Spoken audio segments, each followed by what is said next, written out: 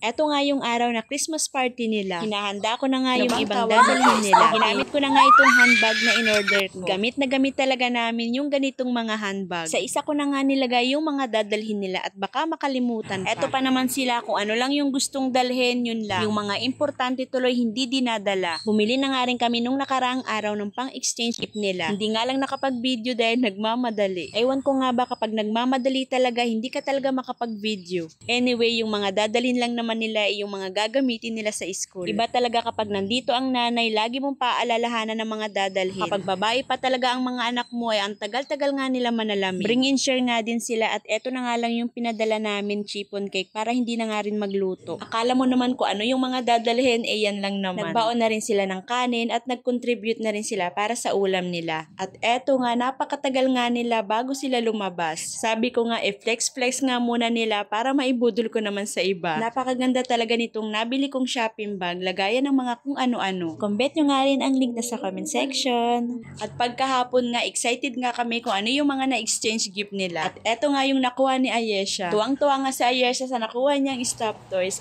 Ano bang tawag nito? Stuffed pillow. Yan nga daw yung isa sa wishlist niya. Parang bata pa talaga yung mga ganyang edad. At si Bunso naman at si Daday excited sa mga bring home nila. At ako rin pala. Pagka nga meron silang mga ganyang okasyon ay excited pa kami sa mga bring home. At eto naman si Ariana ay jacket nga yung nakuha niya. Yan nga din yung isa sa wishlist niya. At napagkatuwaan pa nga yung gift wrap ni Ayesha dahil ang laki. At hindi pa nga sila nakontento, si Zoe nga yung nailagay.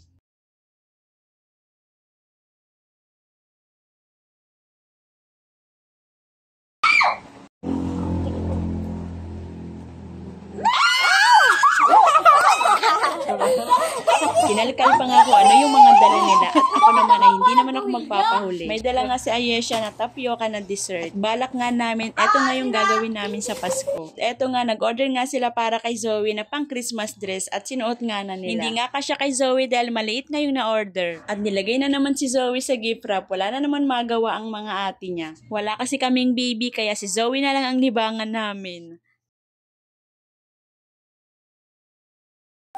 Ano yung may gift kanyari? Oo nga, binidyo ko na. Sige na. Di ko, sige na. Oh my God, yan eh. Gano'n, gano'n.